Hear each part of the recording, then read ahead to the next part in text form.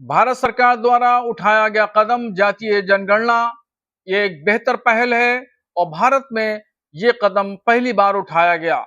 2011 में सबसे पहले यानी आखिरी बार मर्दमशुमारी की जनगणना हुई और मर्दमशुमारी के बाद में अब जातीय जनगणना हो रही है। इससे एक फायदा ये होगा कि हिंदू और मुसलमानों के दरमियान कौन-कौन सी बिरादरियां कहां-कहां और किस-किस इलाकों में आबाद हैं और उनकी तादाद कितनी है।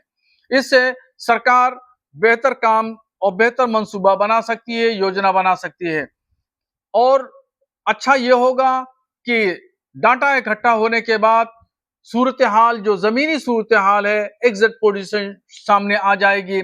फिर विकास और डेवलपमेंट के लिए और उन बिरादरियों को अपने पैरों पे खड़ा करने के लिए आसानी फराहम होगी।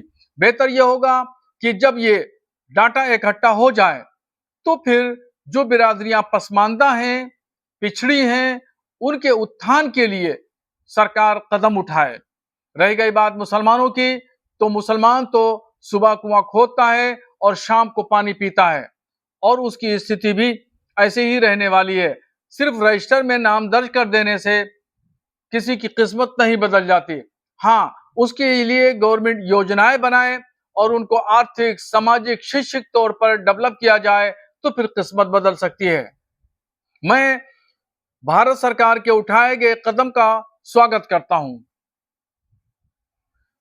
भारत सरकार द्वारा उठाया गया कदम जातीय जनगणना ये एक बेहतर पहल है और भारत में ये कदम पहली बार उठाया गया।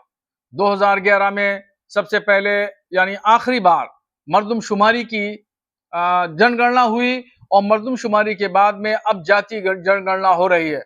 इससे एक फायदा ये होगा कि हिंदू और मुसलमानों के दरमियान कौन-कौन सी बिरादरियां कहां-कहां और किस-किस इलाकों में आबाद हैं और उनकी तादाद कितनी है। इससे सरकार बेहतर काम और बेहतर मंसूबा बना सकती है, योजना बना सकती है।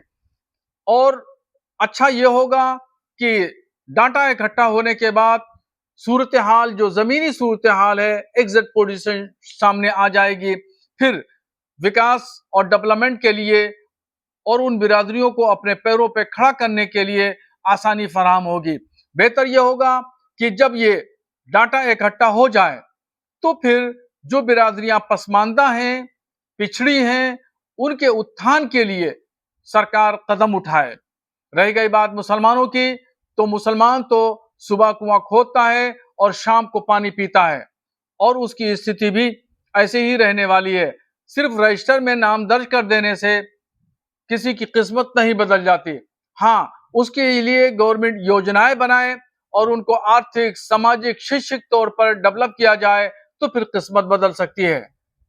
मैं भारत सरकार के उठाए गए कदम का स्वागत करता हूं।